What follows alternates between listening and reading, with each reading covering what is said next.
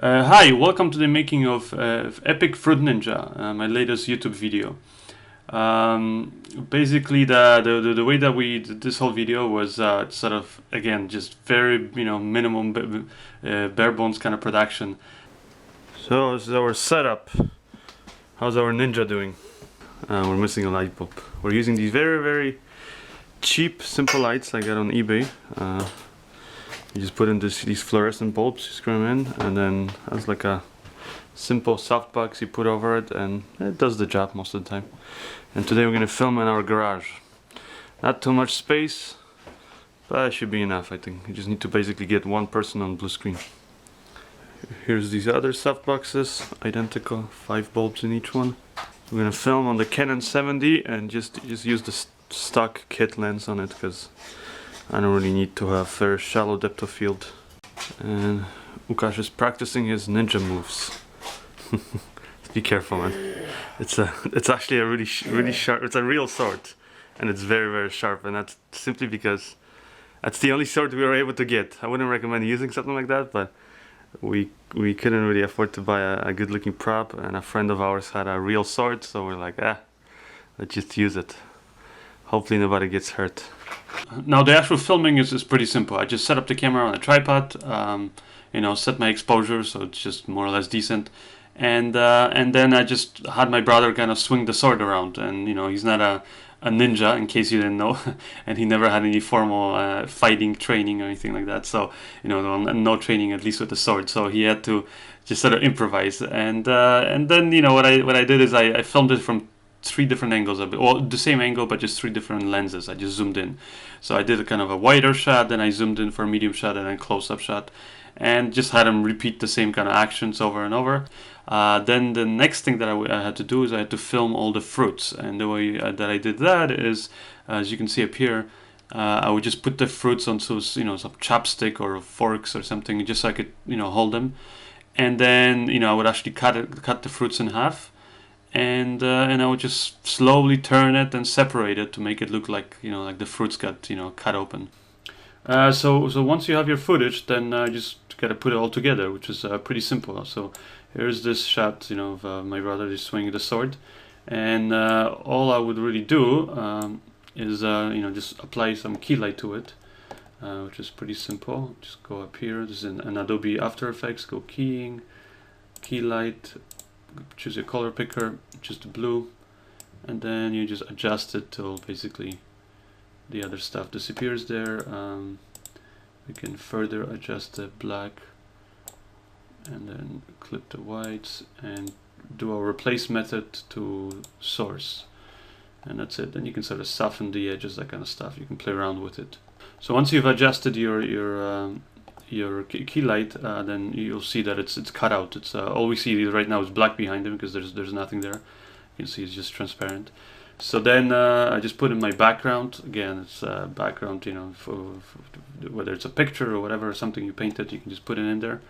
And then to kind of match the footage more to the background, I'll just adjust it and do some color correction. So here's our color corrected Ninja, and it looks pretty good.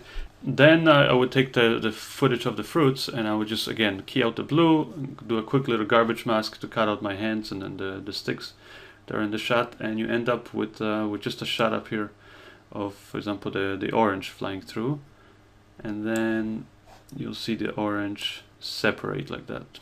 And then I take that onto my comp of the Ninja in the background, and I just comp it all together, and I align it so it looks like he's cutting through it. Then you can add the sword, sort of put it back in on top of the footage to kind of make it look like the sword is actually going over the orange and then through it. And then I guess the last thing to kind of sell the effect is you can just add some stock footage of your juice. So there's a lot of places where you can get this kind of stock footage of just liquid kind of spilling and squirting out. So I just put that in there and kind of adjusted it to kind of make it look like I guess so it looks sort of like orange juice. and then just put it over it, and then there's your finished shot.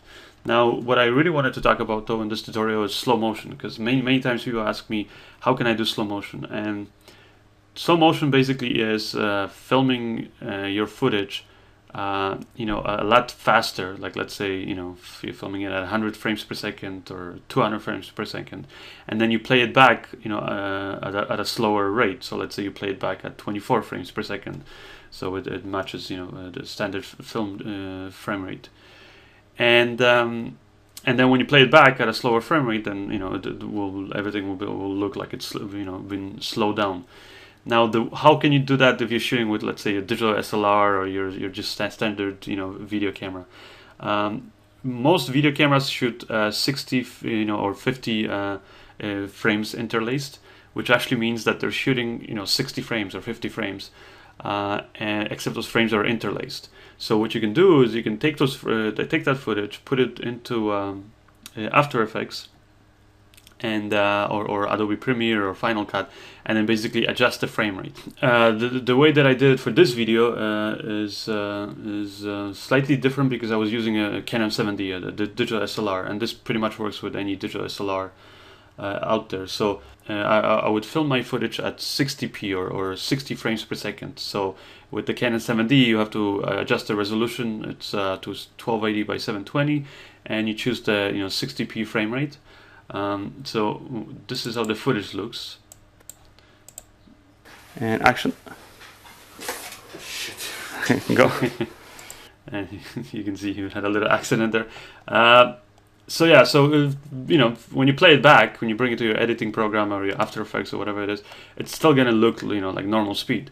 But what you got to remember is that you actually have 60 frames in there recorded, but let's say you're editing your project at 24 frames per second. That means that you have a lot of frames that you're not using. So what you can do is in Adobe Premiere, for example, it's very simple. You just the same thing for After Effects. You can just right click on the footage here, go to your modify interpret footage, and then click this. See, up here it tells you use frame rate from file, which is actually 59.9401 frames per second. But we're going to make it 24 frames per second, or the exact frame rate, which is actually 23.976. So I just typed that in there, click OK. And now when you play the same file, you're going to see that everything's going to be slowed down. It's going to be slowed down by about 2.5 times.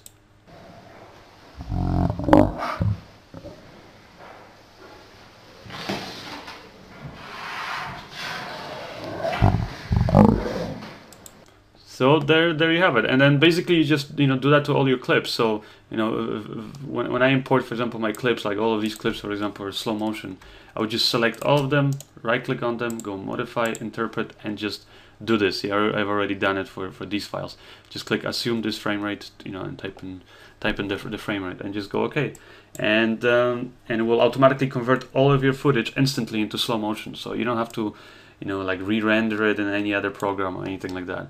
I'm not exactly sure how it works in Final Cut. I heard that Final Cut you actually do have to convert it. If that's the case, well then it sucks. Switch to Adobe Premiere. But if you are using Adobe Premiere, then you're lucky. So that's basically one way of doing slow motion. Now, of course, in movies, when they do slow motion, they do it like really extreme slow sometimes, because they'll have cameras that can, for example, film not at 60 frames per second, but for example, they can film at let's say 300 or 1,000 frames per second, so which makes the footage very slow. So you can do that also in Adobe After Effects by basically creating by blending the frames, or sort of creating these in-betweens. And it doesn't always work, but if you're doing, for example, stuff like this where it's on a blue screen, it seems to do a pretty good job. So again, I loaded in my footage here. This is a shot of my brother just swinging the sword, and as you can see, it's it's a regular speed. But what I'll do, for example, is I'll take let's say I want this swing there to go really be really slowed down. So here everything's okay, and somewhere from this point I want it to go, let's say from this point I want it to be slow. So what I'm going to do is I'll right click on my footage and I'll go time, enable time remapping, or Control Alt T. create that, and then you create a keyframe at that frame. Then I'll go, for example, let's say to this moment I want it to be slow, so I'll go create another keyframe, and then here I'll want it to just go back to regular speed.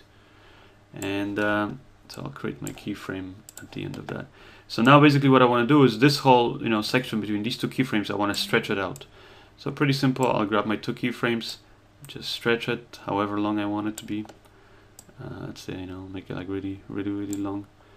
And then here for frame blend, I'm gonna enable the frame blending for this layer. So this just basically sort of duplicates and fades the frames. If you click it again and you see the smooth line, that actually will create these in-betweens. And then again, if you want to see that, you gotta make sure that you enable it for the whole comp by clicking this. And once you have that, then you can just preview it and see how it looks. So at this moment, you see that it's starting to create these in-between frames. So it's actually basically creating frames that don't really exist based on on the frames that do exist. So it's a pretty cool cool little function that Adobe After Effects has. Now again, if you have a slow computer like mine up here, it's going to take a while. And also you'll notice like here in these frames that the sword, for example, is not it's not really being recreated all that well. And the reason is because if you have frames that really differ from each other, or like up here see the eyes being kind of squished, then it can create some weird looking artifacts. But for most cases it does a pretty good job. So, and then here you see it speeds up. So again, if you can rent a camera that shoots 1,000 frames per second, go for it.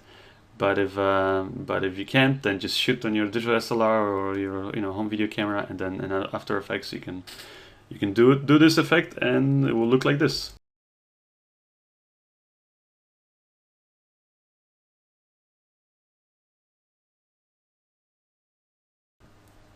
And that's basically what I did for this ninja video. I just there were some shots where I really needed to slow it down, so I filmed it slow motion, and then on top of that I used the enable time remapping function in After Effects.